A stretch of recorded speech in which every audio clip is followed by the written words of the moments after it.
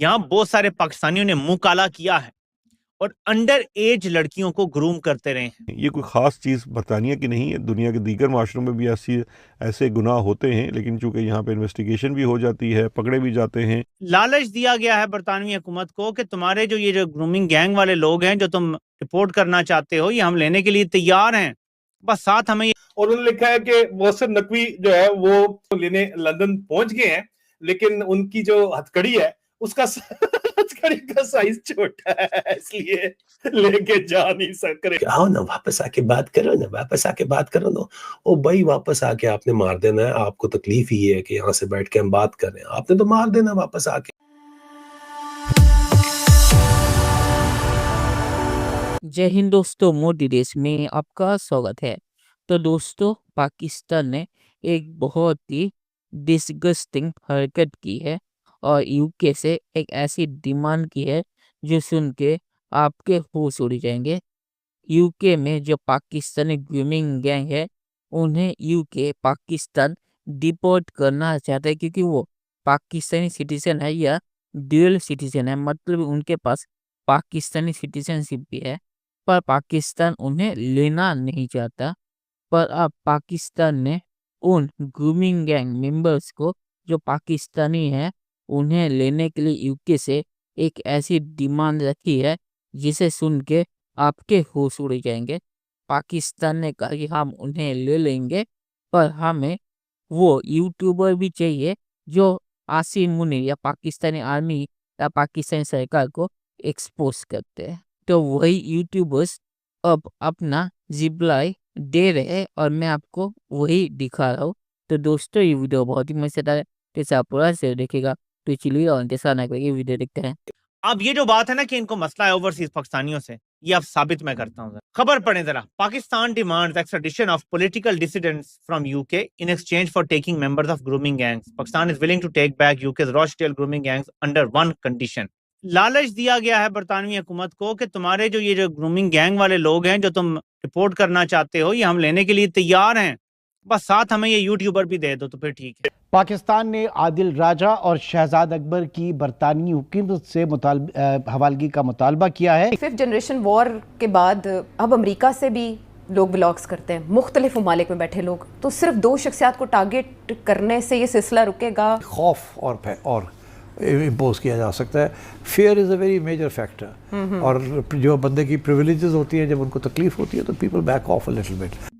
ये जो कंपनी के टाउट ने कंपनी की ऑफर बताई है, साथ ये भी बताया कि बाहर बैठे लोग खुद को महफूज समझते हैं, इसलिए वो बोलते हैं। अक्ल के अंदर समझो तो सही कि मुल्क में बैठे लोग सिर्फ इसलिए नहीं बोलते कि वो खुद को गैर महफूज समझते हैं, वरना वो तुम्हारे वो लत्ते लें कि तुम सोच भी नहीं सकते। ओवरसीज वालों को वो पीछे छोड़ दें जो वो भरे हुए बैठे हैं, क्योंकि वो तो जुल्म भी सह रहे हैं।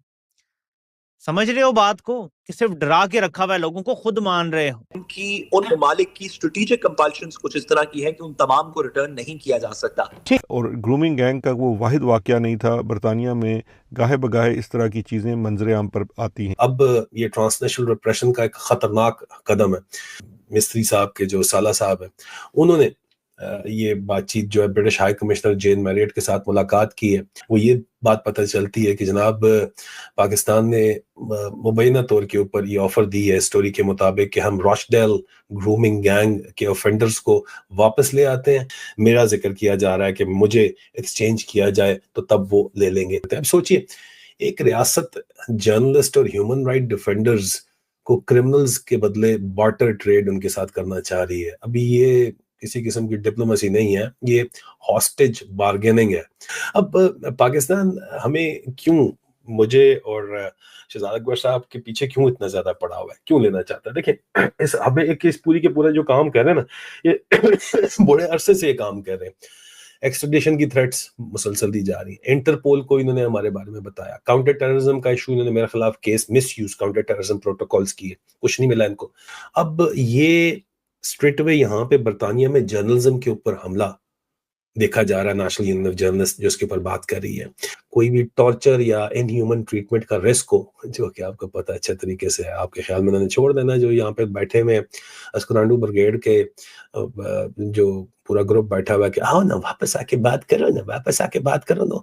ओ भाई, वापस आके आपने मार देना है। आपको तकलीफ ही है कि यहाँ से बैठ के हम बात कर रहे हैं, आपने तो मार देना वापस आके। तो एक्सट्रेडिशन का कोई सवाल पैदा ही नहीं होता कानूनी सतह के ऊपर वहाँ, क्योंकि पाकिस्तान में टॉर्चर आम है, इन्फोर्स्ड डिसअपीयरेंसेस, मिसिंग पर्सन आम है, जर्नलिस्ट को टारगेट किया जाता है खुलेआम, कोर्ट्स मिलिट्री प्रेशर के अंदर है, इसके अंदर जजों ने खुद लिखा है। और यूके के लिए इस रिक्वेस्ट को कबूल करना लीगली इम्पॉसिबल है, ये बात भी मैं आपको बता दूं। और इसके ऊपर जो बड़ी सियासी तस्वीर है वो ये है कि पाकिस्तान इस कदर डेस्परेट है क्यों। सवाल तो ये है क्योंकि ओवरसीज क्रिटिक्स ही वो लोग हैं जो इस फॉर्म 47 या आसिम मुनीर की जो रजीम है उसके खिलाफ एक बयानिया बनाने में कामयाब हो गए हैं, और एक नैरेटिव कंट्रोल स्ट्रेटजी जो इस वक्त इस्लामाबाद और रावलपिंडी की है उसको चैलेंज करते हैं और चैलेंज कर सकते भी हैं आगे भी चल के। पाकिस्तान में मीडिया सेंसर है, ठीक है, जर्नलिस्ट अगवा हो रहे हैं, ऑपोजिशन जेल के अंदर है, इमरान खान जेल के अंदर है। आइन सिर्फ कागज का टुकड़ा है जिसको अपनी मर्जी से तोड़ा जा रहा है, मरोड़ा जा रहा है। तो ये इन्होंने बड़ी चाल चली है, बड़ी खतरनाक चाल चली है, ये मैं आपको बता रहा हूं। लेकिन इतना सोखा नहीं है, इतना सोखा नहीं है। बरतानिया में 26वीं 27वीं तरमीम नहीं हुई हुई, यहाँ पे कंपनी की हुकूमत नहीं है। हम सिर्फ जो एक चीज मुझे अक्सर खटकती है वो ये है कि क्योंकि यारमी ताकतों की बिडिंग कर रहे हैं, तो यहाँ पे एक फेवर हो सकता है कि यारमी ताकतों को अगर कहेंगे जनाब हम तो आपके सारे काम करने के लिए तैयार हैं, लेकिन ये यूट्यूबर हमारे रास्ते की रुकावट बने हुए हैं, तो अगर आप इनको खत्म नहीं करेंगे, इनको हमारे हवाले नहीं करेंगे, हम आपके काम कैसे कर सकते हैं? हम तो खिदमत करना चाहते हैं, ये करने नहीं दे रहे। और मीडिया को भी आज़ादी है, तो ऐसी स्टोरीज आती भी हैं। बाय द वे, ये जो लोग थे ये पाकिस्तानी ओरिजिन के थे। इनमें से ज़्यादातर लोग जो थे वो बरतानिया ही की पैदाइश थे, लेकिन वो डुअल नेशनल थे। बरतानिया ने उनकी गालबन नेशनलिटी जो है वो ख़त्म कर दी इस घिनौने जुर्म के बदले में। और चूँकि उनके पास पाकिस्तानी नेशनलिटी भी थी या पाकिस्तानी ओरिजिन के थे, तो वो इनको पाकिस्तान भेजना चाहते हैं। अब पाकिस्तान को ये बात पता है, हमारी आईएसआई और फ़ौज को ये बात पता है, ये उनके साथ काफ़ी अरसे से नाप तोल कर रहे हैं।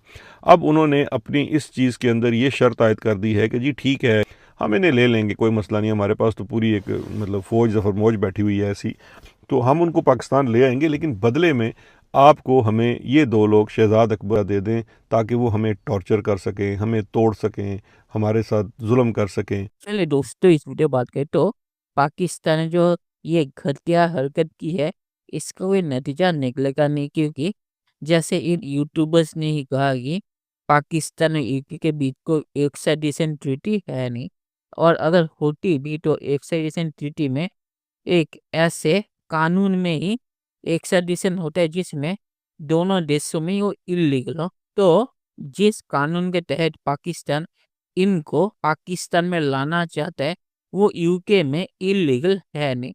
तो अगर एक्स्ट्राडिशन ट्रीटी होती भी तब भी ये जो यूट्यूबर है ये पाकिस्तान में एक्स्ट्राडाइट नहीं हो सकते, और इसीलिए नजम सेठी ने भी कहा है कि इन्हें सिर्फ डरा के रखो ताकि ये आसिम मुनी के खिलाफ वीडियो बनाना बंद करे।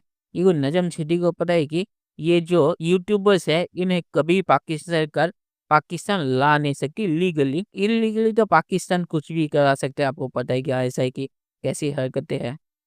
और आखिर में सिर्फ यही कहूँगा कि पाकिस्तान ने यूके के ऊपर दबाव बनाने के लिए ये हरकत की है और ग्रूमिंग गैंग्स को इस्तेमाल किया है। मतलब कि पाकिस्तान जो ग्रूमिंग गैंग है उन्हें अपने पॉलिटिकल फायदे के लिए इस्तेमाल करा है। तो इसलिए मैंने इसको पाकिस्तान की घटिया डिमांड कहा। तो चलिए देखते हैं कि फ्यूचर में क्या आता है। दोस्तों, वीडियो देखने के लिए बहुत शुक्रिया और हमारे सब्सक्राइब करना मत भूलिएगा। Thank you very much.